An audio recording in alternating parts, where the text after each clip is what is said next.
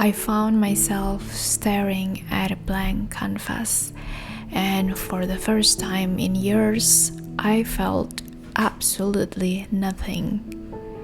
No spark of inspiration, no flood of ideas, just this heavy, sinking weight of defeat setting in my chest.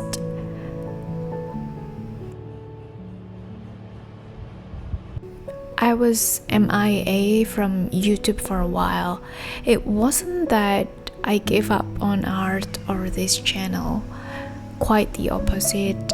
Life simply became overwhelming between the pressure of creating consistent content, pushing myself to improve as an artist, growing my art business, and managing a small property business.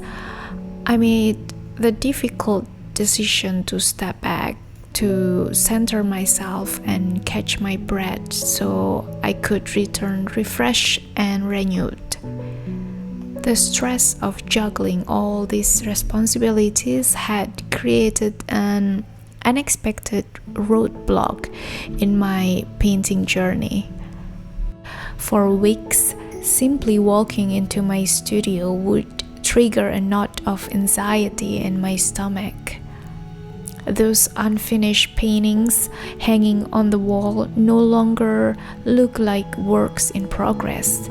They felt like silent accusations staring back at me. The pristine white canvases seemed to mock me with their impossible expectations. But the real culprit wasn't lurking in my studio. It was my phone. I had fallen into that soul-crushing cycle of endlessly scrolling through other artists' reels. Their perfect studio shots, sold-out exhibitions, and seemingly effortless success became fuel for that destructive voice in my head, whispering, "Look at them, thriving. Are you enough?" The relentless pressure to perform for algorithms had poisoned something pure within me. If you are experiencing similar feelings, please know that you don't have to navigate this alone. Seeking professional support has been transformative for me.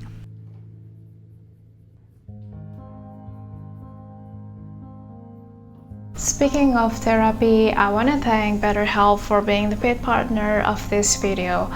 I want to address something here. In my country, Indonesia, some people still consider therapy as a taboo topic. The stigma around it and how so many people hesitate to see a therapist. I totally get that because I used to feel the same way. I was afraid to face it, worried it might even make things worse. I had plenty of reason not to go, but I realized I needed help to get unstuck and escape that horrible feeling. I took the leap and it was absolutely worth it, even when I thought the session wasn't particularly mind-blowing. But just being able to unload everything in my mind was such a relief. It gave me perspective and made a massive difference in how I saw things. Thank you again, BetterHelp, for being the paid partner of this video.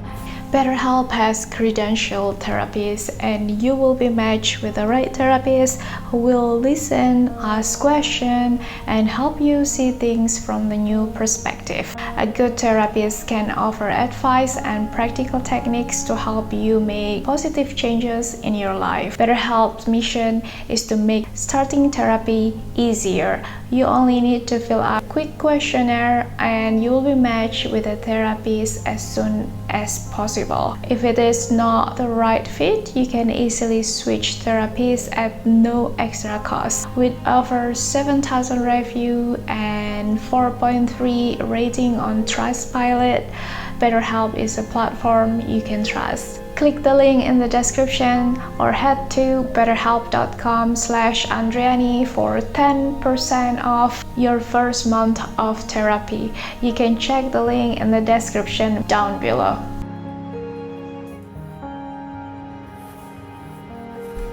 One quiet afternoon, standing in my studio surrounded by unfinished canvases, I made a decision. I was going to create an ugly painting.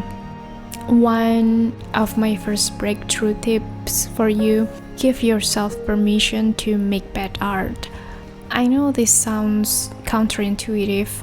We are conditioned to chase perfection relentlessly. I grab my canvas and just paint without too much thinking. Something cool happened.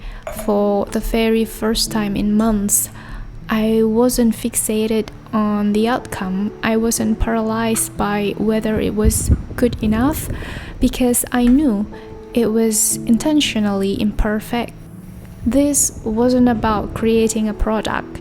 It was about rediscovering the pure joy of process. That deliberately ugly painting didn't solve everything overnight, but it cracked open a door I thought was permanently sealed. It shattered my creative inertia and reminded me that the real magic lives in the doing, not in the final result.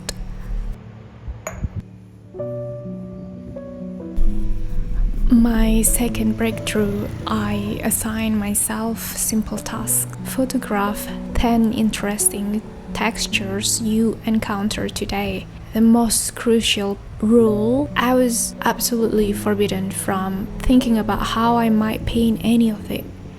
This wasn't about gathering references for future pieces. It was about training my eyes to truly see the world again, to notice the subtle details and unexpected color combinations hiding in plain sight, all without the suffocating pressure of production. It flips a switch in your brain from "what can I make" to simply "what can I see." Even with renewed observation skills, the thought of completing a finished painting still felt overwhelming. This led to my third strategy, the 10-minute dare. I'd set a timer to exactly 10 minutes with one simple rule. I had to be making marks on something: paper, canvas, anything.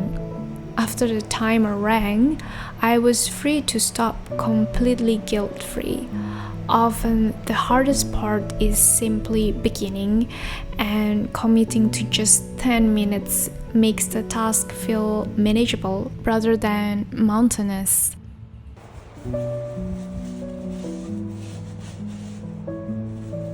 These practical strategies were helping, but I had a deeper battle to win. My mindset was fundamentally a bit broken, I guess, and no exercise could fix that alone. This realization led to my fourth and most crucial strategy: a complete reset of my influences and intentions. First, I implemented a strict social media detox. I recognized that the constant comparison game was at the root of my creative burnout. As artists, our work is deeply personal. When we tie our self-worth to likes, shares, and algorithmic validation, we lose our authentic voice. Second, I reconnect with my fundamental why. I started journaling and I wrote, why did I start painting in the first place? I wrote about the magical feeling of opening a new box of crayons as a child. I wrote about the profound joy of expressing emotions I couldn't find words for. This exercise reminded me that I paint because I love it, because it's an integral part of who I am, not to prove anything to anyone online. Art is supposed to bring joy. That's the real reason to pursue it.